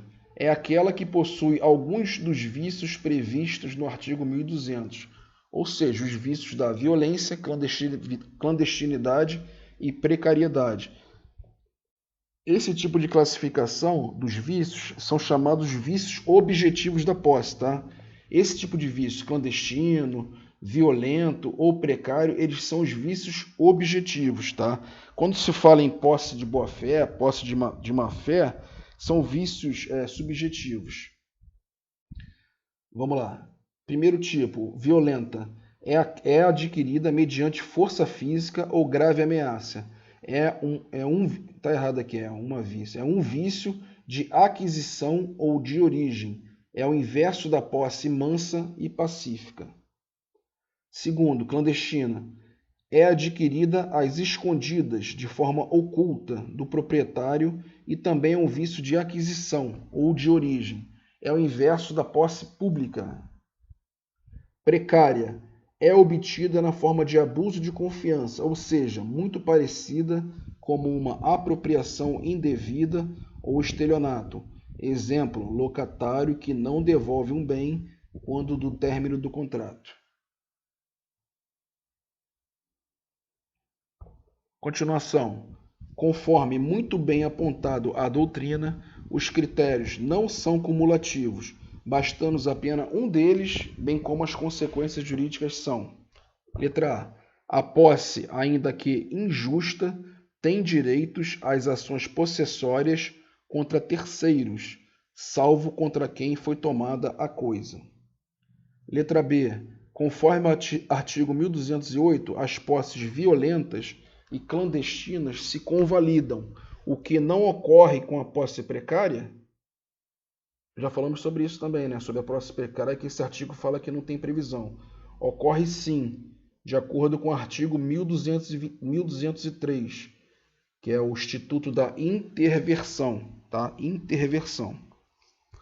Deixa eu ler de novo o artigo para vocês. Salvo, esse início do artigo que é o que prevê esse tipo de conversão, de convalescimento, que é a intervenção. Salvo prova em contrário, entende-se manter a posse o mesmo caráter com que foi adquirido. Ou seja, se ele não conseguir provar que ele conseguiu se comunicar com o possuidor, o proprietário, do antigo proprietário do imóvel, que naquele exemplo do caseiro, que ele sumiu, que ele não está recebendo o salário dele, que ele mandou uma correspondência, que ele entrou em contato com os filhos, ou então até mesmo através de testemunhas, ele consegue sim convalescer a posse dele, consegue transformar em posse justa. Tá? Observação, conforme o Tribunal de Justiça do Rio Grande do Sul, processo 2001, enquanto não houver posse justa, não há posse passível de uso capião. Ou seja, tem que ter o convalescimento. Enquanto que não se transformar na posse injusta, ela continua lá como posse injusta. É aquele exemplo do esbulhador. O esbulhador, ele invadiu o imóvel de forma violenta, o proprietário ficou sabendo e não tomou nenhum tipo de atitude, então a posse dele vai ser transformada em justa. Tá? Ele vai ter o tempo, o lapso temporal dele lá para ele poder reclamar, para ele poder tirar o esbulhador de lá. Se ele deixar isso para lá, o esbulhador vai conseguir a uso capião do imóvel. Tá? Atenção, os vícios da violência, clandestinidade ou precariedade não influenciam nos frutos, benfeitorias e responsabilidades. Tal situação somente será auferida na posse de boa ou má fé. A posse de boa ou má fé ela só serve para isso aqui. Ela não serve para influenciar de tempo de posse, caracterizar o uso capião, elas são somente as consequências. Exercício. Em relação à posse justa e injusta, aponte a afirmativa incorreta. As posses decorrentes de atos de violência, clandestinidade ou precariedade não convalidam. A posse é injusta quando decorre de atos de violência, clandestinidade ou se perfazem de forma precária. As posses decorrentes de atos de violência e clandestinidade convalidam, já os decorrentes de precariedade não. A posse justa é aquela que não apresenta qualquer vício determinado por lei, logo deve ser mansa, pacífica e notória. Resposta, letra A, artigo 1208. As posses violentas e clandestinas se convalidam, o que não ocorre com a posse precária, haja vista o estabelecido na lei civil. Não induzem posse os atos de mera permissão ou tolerância, assim como não autorizam a sua aquisição os atos violentos ou clandestinos, senão depois de cessar a violência ou clandestinidade. Colocar observação aqui. Esse não induzem posse de atos de mera permissão ou tolerância. Tem a interversão, tá? O início do artigo 1203. Se a pessoa conseguir comprovar que ela modificou o tipo da posse dela, ela consegue comprovar sim. Principais classificações da posse. Classificação quanto à presença de boa-fé, artigo 1201, ou de má-fé. Na presente classificação, diferentemente da anterior, faz-se alusão ao vício subjetivo da posse. Vício subjetivo. O que é o vício objetivo? É a posse justa ou injusta, que vai classificar a posse de forma objetiva, e o vício subjetivo, a posse de boa-fé e a posse de má-fé são considerados vícios subjetivos. A pessoa tem que provar, né? Ela tem que ter um ânimo ali de estar de boa-fé ou de má-fé. ela tem que demonstrar que ela está agindo de boa-fé durante todo o período de posse. Na presente classificação, diferentemente da anterior, faz-se alusão ao vício subjetivo da posse. Subjetivo, pois se analisa a conduta do possuidor, a sua ignorância fática ou jurídica no tocante ao conhecimento da legitimidade da posse. O possuidor de boa-fé é aquele que se julga legítimo titular do bem, traz consigo elementos fáticos que o auxiliam a convencer o juízo de que não reunia condições de conhecer alguma vicissitude que lhe impedisse de adquirir o bem. Artigo 1201. É de boa-fé a posse, se o possuidor ignora o vício ou obstáculo que impede a aquisição da coisa. Os efeitos são os artigos 1214 e o 1200 até o 1222, que são os efeitos que ele vai falar sobre os frutos, benfeitorias, retenção de benfeitorias, os danos à coisa, indenizar o dono ou não, tá? Os efeitos seriam isso aqui. Então, a classificação da posse de boa-fé e má-fé, as consequências estão previstas aqui no 1214 ao 1222. Classificação quanto à presença de boa-fé. Continuação. Conforme já ventilado, temos os princípios gerais do Código Civil, tendo como princípio de boa-fé objetiva um dos mais importantes entre eles. Porém, havendo ainda a aplicação da boa-fé subjetiva. Sendo assim, conforme o professor Adalberto Pascoaloto, a boa-fé objetiva é aquela ativada na conduta ética, de garantia da fidelidade, não violentando a confiança. Já a boa-fé subjetiva está intrinsecamente ligada ao plano da intenção de caráter normativo, ou seja, somente como verdadeira regra de conduta daquele que negocia. Retomando a ideia de boa-fé objetiva, conforme o Silvio de Salvenosa e Judite Martins Costa, deve o agente direcionar sua ação com determinados padrões, de forma honrada, cumprindo sua palavra, bem como não causando prejuízos desnecessários a outrem. Porém, nas questões atinentes aos direitos das coisas, conforme Judite Martins Costa, aplica-se a boa-fé subjetiva que denota o estado de consciência ou convencimento individual de agir conforme ao direito, pois ele analisa a intenção do sujeito em relação à coisa, ou seja, eu devo cumprir o que está na lei para manter a minha posse. Vamos dar o exemplo daquele terceiro possuidor, que é chamado de boa-fé. Aquele exemplo que eu dei no início da aula. Eu esbulhei o imóvel, invadi o imóvel e vendi para essa pessoa. Ele está totalmente de boa-fé. Ele não sabe que eu invadi aquilo ali. Ele passou a ver uma placa, ele adquiriu o imóvel, ele está na posse do bem e de repente aparece o possuidor antigo, o que foi esbulhado. Esse possuidor está com total conformidade dentro desse quesito aqui de boa-fé. Ele não está de má-fé. Ele não invadiu o imóvel, liguei para ele, cara, acabei de invadir o imóvel e quero te vender bem barato. Se ele adquirir essa posse, ele com certeza ele é o adquirente de má-fé. Tá? Com certeza ele está na posse de má-fé ali. Então ele vai ter esses direitos, esses efeitos que estão previstos no 1214 ao 1222.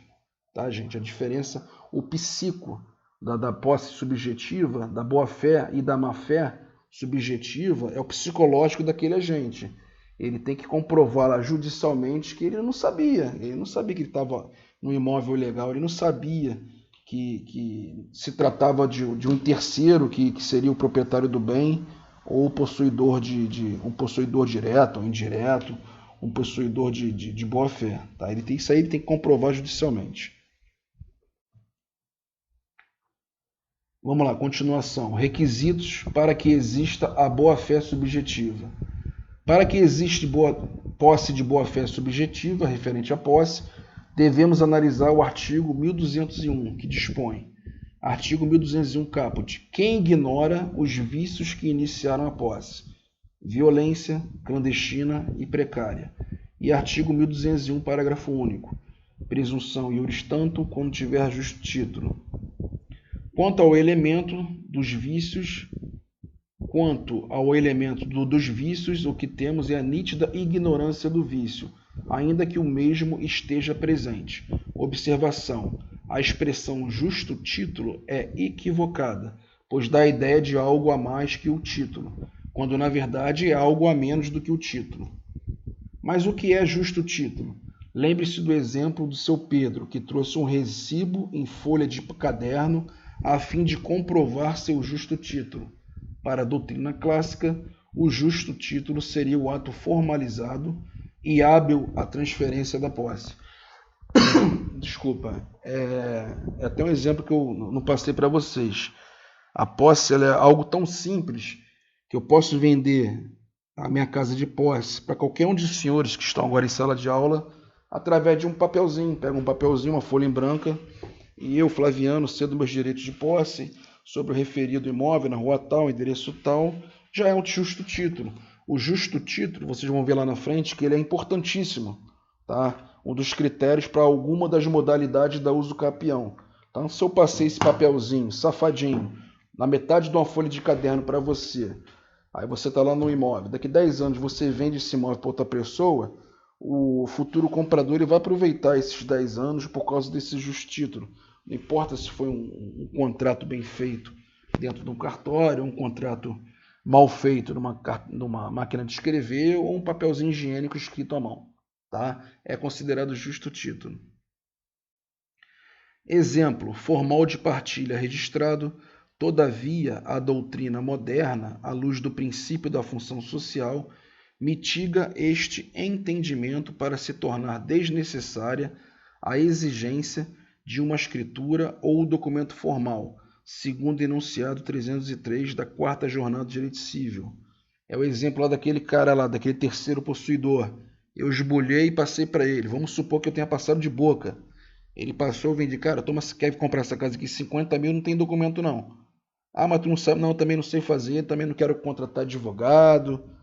Vamos me dar os 50 mil aí que eu te dou a chave. Ele vai se valer sim pela boa fé dele. Não vai ser necessário ele apresentar um justo título, um papel, um documento dizendo que ele comprou aquilo ali de forma correta. Tá? Se ele tiver testemunha, ele vai ser indagado lá pelo juiz, pelo advogado da outra parte. Se o juiz analisar o caso concreto e ver que ele está com totalmente boa fé, o justo título vai ser dispensado. Tá? Classificação quanto à presença de boa fé. Continuação. Requisitos para que exista a boa fé subjetiva. Consequências importantes. Conforme enunciado 302 do STJ, justo título é, para a posse de boa fé, o ato jurídico capaz de transmitir a posse ad uso capionem, observado o disposto do artigo 113 do Código Civil. Quanto ao justo título, pouco importa se é por instrumento público ou particular, conforme enunciados 303. Conforme o artigo 1219, o possuidor de boa-fé terá direito à indenização das benfeitorias úteis e necessárias, bem como direito à retenção às benfeitorias voluptuárias. Já o possuidor de má-fé somente tem direito das benfeitorias necessárias. Caso concreto. Décio residia em um imóvel alugado em um bairro afastado da capital. Ao observar que havia uma pequena residência localizada próxima à sua, consciente de que o proprietário fazia visitas anuais ao imóvel, Décio decidiu extinguir o contrato de locação vigente e mudou-se para esta outra residência, porém sem estabelecer qualquer tipo de negócio jurídico com Bruno, o proprietário. Ainda assim, Décio, como se dono fosse, realizou reformas e benfeitorias necessárias. No semestre seguinte, em visita, Bruno se deparou com Décio, instalado em seu imóvel, sem seu prévio conhecimento, providenciando imediatamente um registro de ocorrência policial e procura por um advogado. Sendo assim, a advogada de Bruno faça a defesa. Entenderam, né? O Décio morava num imóvel de locação e ele viu que tinha uma casa próxima à casa dele que o proprietário só aparecia uma vez por ano para poder manter o imóvel, devia varrer, capinar, sei lá, enfim. O Décio, espertamente, que ele foi? Ele cancelou o contrato de locação, onde ele morava, e esbulhou o imóvel, adentrou o imóvel. Ou foi de forma violenta, ou ele arrombou o portão, ou então ele pulou o muro, foi de forma clandestina, tá? Bruno chegou lá, viu o bonitão do Décio ocupando o imóvel dele e ele quer uma solução. Aqui a gente está falando sobre boa fé ou má fé. As consequências. A resposta. O enunciado narra a posse do imóvel eivada de má fé. Lógico, né, gente? Tá de má fé. Ele sabia que tinha pessoas ali, que tinha proprietário. Haja visto a intenção do oportunista em tomar o imóvel para sua moradia, mesmo ciente de que se trata de propriedade alheia, cujo titular faz visitas regulares ao imóvel. Acrescido a este fato, ao tomar ciência do esbulho, o proprietário realizou o registro policial para corroborar o ato. Sendo assim, por não ter o possuidor a boa-fé regida no Código Civil, fato que impede a aquisição da coisa e do direito de retenção. Isso aqui são as consequências da má-fé. Contudo, permitiu o ressarcimento pelas benfeitorias necessárias realizadas. Caberá ao real proprietário o direito de propor ação para ser reintegrado na posse do seu bem. Ou seja, a única coisa que ele vai ter direito ali é o ressarcimento das benfeitorias necessárias, mas ele não vai poder reter benfeitoria nenhuma. A retenção de benfeitorias é quando a pessoa fica no imóvel até o proprietário ou o possuidor antigo indenizar essa pessoa. Tá? Enquanto o proprietário antigo não indenizar as benfeitorias, esse possuidor lá indevidamente ele não pode ser retirado. Agora, nesse exemplo, não tem retenção de benfeitorias, não. Ele tem direito ao ressarcimento. Ele tem que ser indenizado pelas benfeitorias necessárias, mas ele tem que sair do imóvel. Agora, se o Bruno vai indenizar ele ou não, aí é outra história. Se ele indenizar, ele fica processando o cara lá, entra com uma expropriação, execução. Exercício. Em relação à posse de boa-fé e posse de má-fé, aponte a afirmativa correta. O possuidor de boa-fé tem o direito sobre o bem, mas não tem direito aos frutos deste percebidos. Na posse de boa-fé, o possuidor, lembrando aqui, na questão A, diferente o direito sobre o bem, tá, gente? Esse direito, esse vício subjetivo, que é a posse de má-fé ou boa-fé, ele não se compara à posse justa e injusta, que são os vícios objetivos. Nesses quesitos de vícios objetivos que nós falamos sobre posse justa e injusta, é ali que se caracteriza se a pessoa ela vai conseguir a usucapião do bem ou se ela vai conseguir se defender do outro possuidor, do esbulhador, enfim. Então, a classificação mais importante é a classificação dos vícios objetivos. Se a posse é justa ou se a posse é injusta. Tá?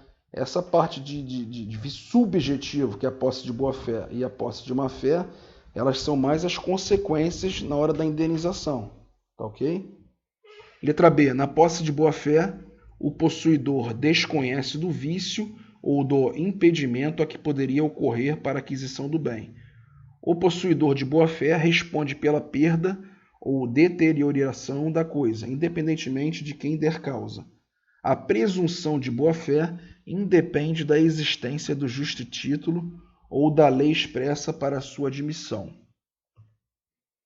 Resposta letra B. Letra B. Na posse de boa-fé, o possuidor desconhece do vício ou do impedimento a que poderia ocorrer para a aquisição do bem. Fundamentação, artigo 1201. A boa-fé subjetiva está relacionada diretamente ao possuidor que desconhece dos vícios de violência, clandestinidade e precariedade, a que deram origem à posse, mas requer a presunção iuris tantum, ou seja, a existência de justo título. Agora os efeitos dessa posse de boa-fé e de má-fé. Analisaremos neste tópico conforme se apontam os efeitos materiais da posse, ou seja, frutos, benfeitorias, responsabilidade e uso capião, pois os elementos processuais serão analisados a seguir. Frutos. dispõe inicialmente o artigo 95 que os frutos são separados do bem principal, sem a diminuição deste. Já os produtos, a retirada do principal com a sua diminuição. Em decorrência disto, a classificação criada pela doutrina discorre que os frutos podem ser frutos naturais, da essência da própria coisa, frutos industriais, atividade humana, frutos civis, relação jurídica, econômica, rendimentos, nesse exemplo aqui, a alocação do bem, frutos pendentes, ligados à própria coisa, mas não colhidos, frutos percebidos, já separados, frutos estantes, armazenados, frutos percipiendos, os que já deveriam ter sido colhidos, frutos consumidos, já colhidos e não existentes mais.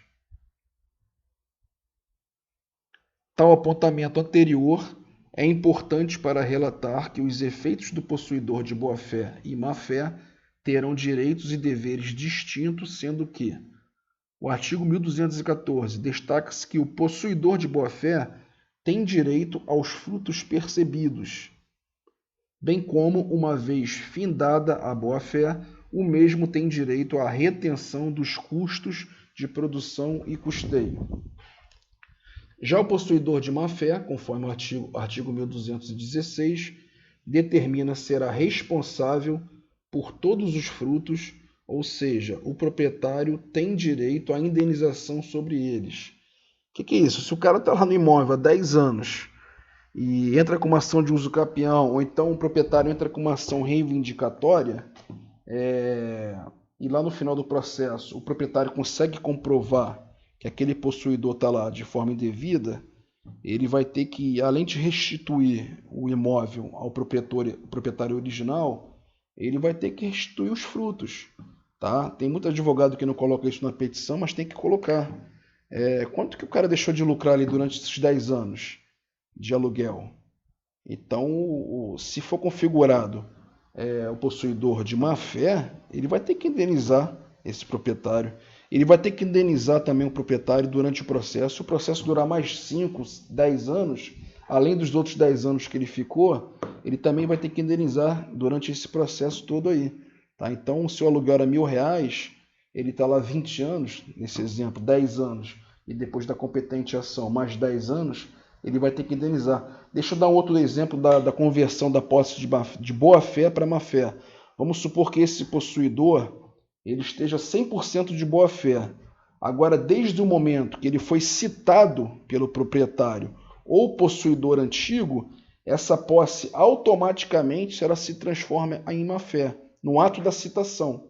Tá? Então não adianta esse possuidor de boa-fé, ele tomou posse desse imóvel de forma de boa-fé, aí ele faz uma benfeitoria enorme ali no imóvel depois que ele foi citado no processo.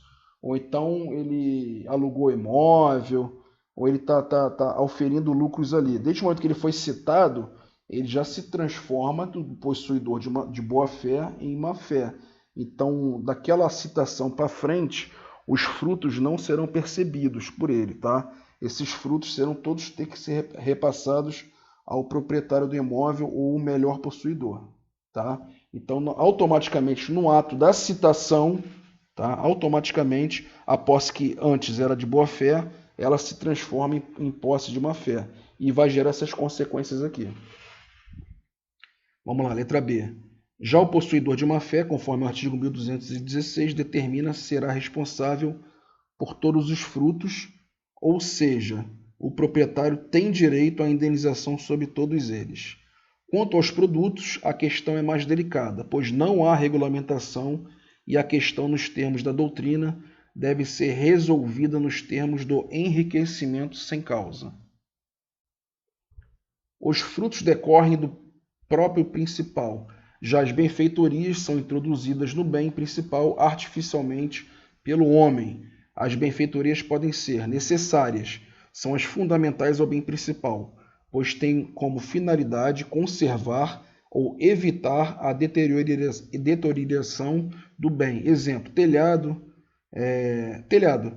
B. Úteis, aumento ou facilitação do uso da coisa. Exemplo, instalação de métodos de segurança. E C. Voluptuárias, são as decorrentes a mero deleite ou luxo, exemplo, piscina.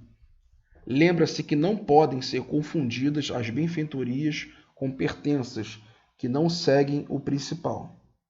Porém, cuidado, pois os conceitos acima podem variar de acordo com a destinação fática e localização do bem, bem como são os efeitos. Conforme o artigo 1219, o possuidor de boa-fé tem direito à indenização das benfeitorias necessárias e úteis, bem como quanto às voluputuárias, se não lhe forem pagas, a levantá-las, quando o puder, sem detrimento da coisa, e poderá exercer o direito de retenção pelo valor das benfeitorias necessárias e úteis. Já conforme o artigo 1220 do Código Civil, o possuidor de má-fé será ressarcido somente as benfeitorias necessárias. Não lhe assiste o direito de retenção pela importância destas, nem o de levantar as voluputuárias. Nesse exemplo aqui do 1220, lembra daquela citação que eu falei para vocês? A pessoa estava de boa fé, ele não tinha a churrasqueira lá no quintal dele, nem a piscina, e foi citado e mandou construir uma churrasqueira, fez alguma benfeitoria ali considerada voluputuária, para poder embelezar o imóvel. Daquela data para frente, ele se transformou no possuidor de má fé. Ele não pode reter esse tipo de benfeitorias e nem tampouco ele vai poder pedir. Tá? O único tipo de benfeitoria que ele vai ser indenizado será as necessárias. Responsabilidade. Conforme o artigo 1217, Código Civil, o possuidor de boa-fé não responde pela perda ou deteriorização da coisa, a que não der causa, ou seja, é a responsabilidade subjetiva. Todavia, conforme a jurisprudência e a doutrina, tal situação não engloba o dolo ou a culpa em sentido estrito, respeito de um dever pré-existente. Já o possuidor de má-fé responde pela perda ou deteriorização da coisa, ainda que acidentais, salvo se provar que de igual modo se teriam dado, estando ela na posse do reivindicante, o que aproxima essa responsabilidade à teoria do risco integral, conforme o artigo 1218. Direito de usucapier, tanto a posse de má-fé como de boa-fé, trazem o efeito quanto ao direito de usucapião. Porém, o referido instituto será estudado mais adiante, tanto para bens móveis ou para bens imóveis. A acessão da posse é possível, sendo a soma do tempo de posse do atual possuidor com a de seus antecessores. O objetivo é obter uma maior rapidez na usucapião. Nem sempre a soma das posses é interessante, pois com a soma destas, a posse atual pode passar a conter as características da anterior. Conforme o artigo 1207, a acessão da posse pode ser por duas modalidades. A primeira por sucessão hereditária e a segunda no caso de união da contagem da posse anterior. A gente vai falar muito mais sobre o usucapião futuramente, tá, pessoas? E acabou. Faltam 3 minutos para meio-dia. Eu ia até falar hoje sobre o nosso exercício, mas o nosso exercício, queridos alunos, para avaliação, ele está bem simples, apesar de ele assustar aqui na frente. Prova para juiz de direito, prova para delegações de notas e registro, que seria para o notarial, juiz de direito. A outra aqui é o quê? Prefeitura, para procurador municipal, que são os concursos mais difíceis que existem, né? E esse aqui para o Tribunal de Contas, do Procurador de Contas do Ceará, eles são bem simples. Eles estão aqui falando basicamente sobre detenção, posse direta, posse indireta, exercício de posse, desdobramento de posse. Então o exercício está bem simples. Eu nem recomendo vocês ficar procurando essas questões no Google, que está bem simplificado e não vai ter trabalho nenhum para vocês. Eu quero mais que vocês façam os casos concretos. São 2 casos concretos que está no Sigur. Eu coloquei no grupo ontem. Quem não tiver no grupo, me chama depois no privado, que eu mando material para vocês. Dá uma lida no material, para vocês conseguirem se aprofundar, caso interesse para vocês. Eu sei que direito imobiliário tem muita gente que não gosta, já entra com uma vontade para poder assistir as aulas, não gosta de ler o material. Tá, então, espero que não acabei fazendo a saudação inicial, mas espero que todos estejam bem, que não tenham nenhum tipo de complicação nos seus familiares. Vamos tentar se manter em casa. O momento está difícil, a gente está começando a ficar estressado, mas vamos nos manter com a mente lúcida, vamos nos manter saudáveis, pelo menos mentalmente, tá? E deixa eu abrir aqui minha câmera para vocês. Quem quiser falar, pode fazer questionamento. Já são meio-dia, final da nossa aula. Quem tiver alguma dúvida, pode perguntar agora. Se não quiser perguntar agora, tem vários alunos que me chamam no privado para tirar dúvida, que provavelmente deve ter vergonha de perguntar na frente de todo mundo, achando que é uma pergunta boba, mas não é, que a dúvida de muita gente. Desculpa, eu desliguei o microfone aqui sem querer. Gente, quem tiver com alguma dúvida e não deu tempo de vocês perguntarem aqui ao vivo na nossa aula, pode me chamar no chat depois, pode me ligar. Tem muito aluno que não tira dúvida aqui na sala de aula, mas me ligam depois ou ficam perguntando pelo WhatsApp, eu não me importo. Às vezes eu demoro 1 dia, 2 dias por causa da quantidade de trabalho, mas eu sempre respondo a todos.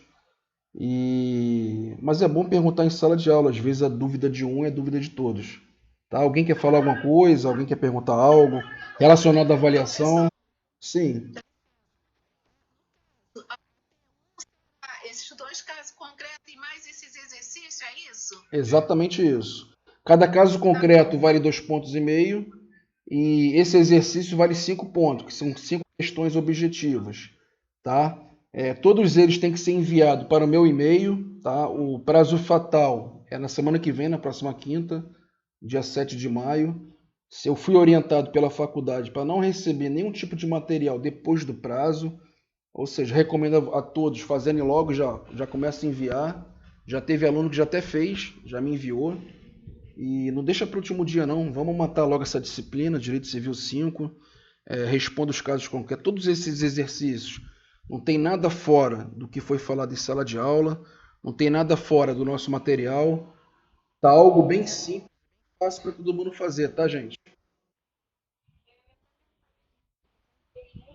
A pessoa recebeu o primeiro caso concreto, a pessoa recebeu e novamente com os demais, né? Pode enviar de novo, eu não tenho como nem te responder se eu recebi o seu, que eu estou recebendo tanto trabalho, mas quando eu começar a corrigir todos eles, eu vou puxar esse e-mail, eu fiz só para vocês aqui da UCAN de Santa Cruz. Então, tudo que está entrando naquele e-mail ali são trabalho de vocês. Então, quem já mandou o primeiro caso concreto, quem já mandou o segundo, eu vou pedir até uma gentileza. Quando for responder o questionário, já coloca também a resposta do caso concreto, independentemente se já mandou ou não. Tá? Tenta mandar no e-mail só. Quem não fez, manda tudo no e-mail só. Não manda um e-mail para o caso concreto 1, o outro e-mail para o segundo caso concreto e um terceiro e-mail para essas questões. Manda num e-mail só, para não ficar muito cheio minha caixa de e-mails ali, tá, gente? Alguém quer falar mais alguma coisa?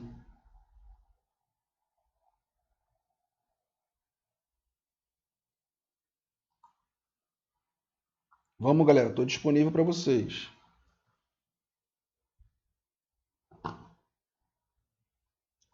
Sem perguntas? Podemos encerrar? Gente, excelente dia, excelente sexta, bom final de semana e estou disponível para vocês, tá? Até mais, bom final de semana.